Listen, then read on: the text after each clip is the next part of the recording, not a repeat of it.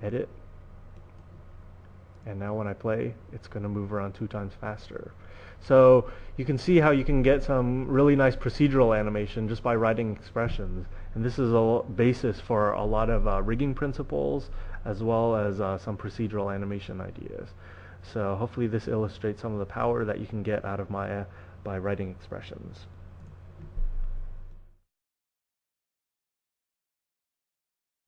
Finally, the real power in Maya lies in its ability to be extended.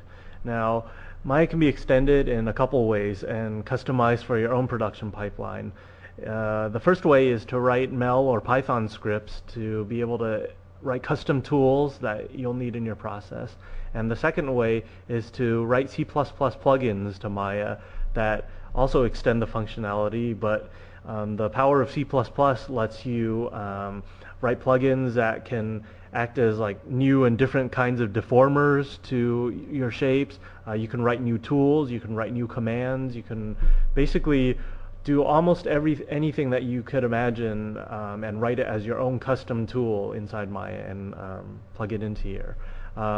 We'll have another class on that, and that's also outside the scope of what's happening here.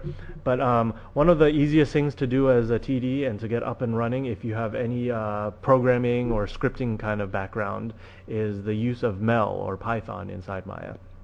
So Mel is the Maya embedded language, and so it's the way that you can write a script to customize a process or to do something repetitive or painstaking manually, and just basically package it all up and be performed many times easily. So I'm going to take a completely ridiculous example and try and show you how you might do something interesting inside Mel. So all along this intro, we've been creating a shape, a sphere shape. So let's say I have a request from a director to, for whatever reason, put down 1,000 spheres and make them all be all different shapes and sizes and be scattered over like the ground over here. So if I wanted to do that, a dumb way I might go about tackling that is to just do this kind of thing over and over. Just drop down a bunch and you know, create these over and over. But as you can imagine, this would be a huge pain in the butt to try and do manually. So something you could do is start doing the same kinds of things in Mel. So if I, let me do that again. If I go down to the right here, there's this button that allows you to bring up the script editor, and you can also type in individual commands here. This is only one line at a time, and so we're going to be writing more and kind of pushing Mel a little bit more. Now, we have an official class on this, but this is just to show you some of the basics of what you can do with Mel. So if I click on this button here, it brings up this script editor. Let me clear the history. So now I have a blank slate here. So Python is another way that was introduced in 8.5, which is a kind of third-party programming language that lets you script out a lot more interesting things inside Maya. But for now, we're going to stick with Mel. Okay, so almost everything that you do inside Maya interactively, there's a corresponding Mel command that executes the same thing.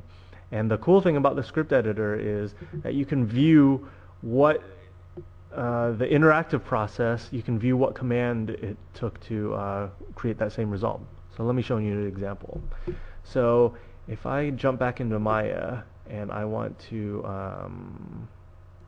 create a sphere, I can click on this and expand it out and let go.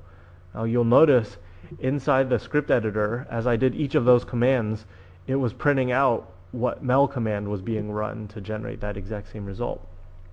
So in this case, the interesting line is this one right here. And you can see that it runs this polysphere command, and it has a bunch of flags on top of it. And I'm not going to dive into it because that's going to be part of the Mel course. But each of these flags you can look up, and you can actually go to the help menu, Mel command reference, and see what each of those flags means. But I know already, but you could do a little digging of your own and figure out that the -r means a radius, and then there's a bunch of other attributes here.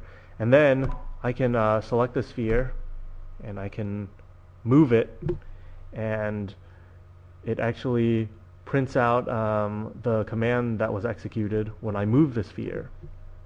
So this is my history in the script editor. This shows a list of all the commands that are run from beginning to end, and down here is where I can type in my own commands. So if I go back to the original task, which was take a ton of these spheres and just drop them down, basically I guess what I originally said was drop 1,000 spheres and scatter them over this grid somehow. So I know that the interesting command to create the sphere is this guy right here. So I can just copy and paste it over here. And then I have this other move command, which I can then take and put over here. So let me delete this sphere. And so inside here I can type up as many commands as I want, and none of them are actually being run. So there's a couple ways I can choose to run my mel commands. If I highlight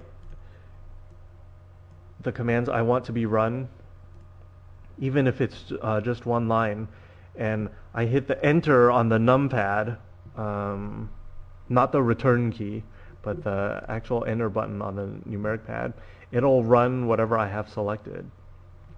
So in this case right here, to just test this out, I can highlight both of these lines and run it. And so basically what it did was it actually created the sphere and moved it this many units. So that's a good start to my script. But now I want to drop down 1,000 of these in random scales and locations.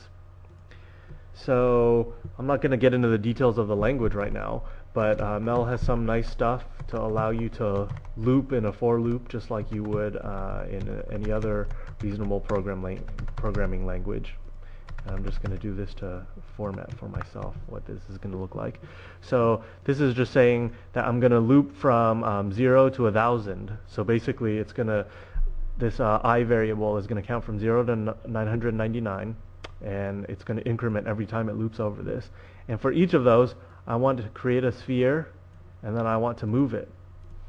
So if I just execute this right now, it's actually going to end up creating 1,000 spheres right at the origin and then moving each of them this much. I want to randomize that a little for the task that I have. I want to randomize both the radius of the spheres as well as how much the spheres are actually moved. So let me come into here and create a new radius, and I want a different radius every time it loops through here. So there's a rand function which creates a random number, and I'm going to make this be any number between 0 and 3, let's say.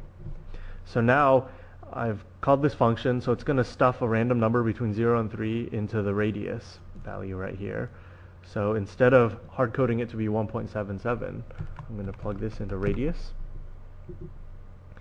And then I also want some random numbers for the x, y, and z translation. So I'm going to create a new variable for the translate x, and I want it to go between, let's say, -50 and 50. So I'm going to make my random number between 0 and 100, and then subtract 50 from that. So now it's going to get a number between 0 and 100 and subtracted 50. So I'm going to get a range from -50 to 50. I want my TZ value to be the same thing because it's scattered over the grid. And then for my height, my translate y, I want it to be a lot smaller. So I'll just make it be a random number between 0 and 10, let's say. So instead